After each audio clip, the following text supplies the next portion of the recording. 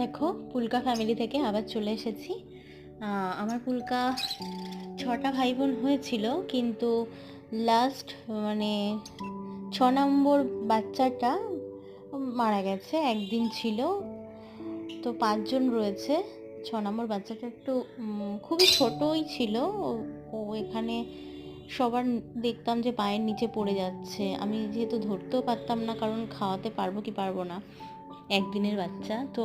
পরের দিন মানে দুদিনও ও থাকেনি। আমি দ্বিতীয় দিন দেখলাম ও মারা গেছে।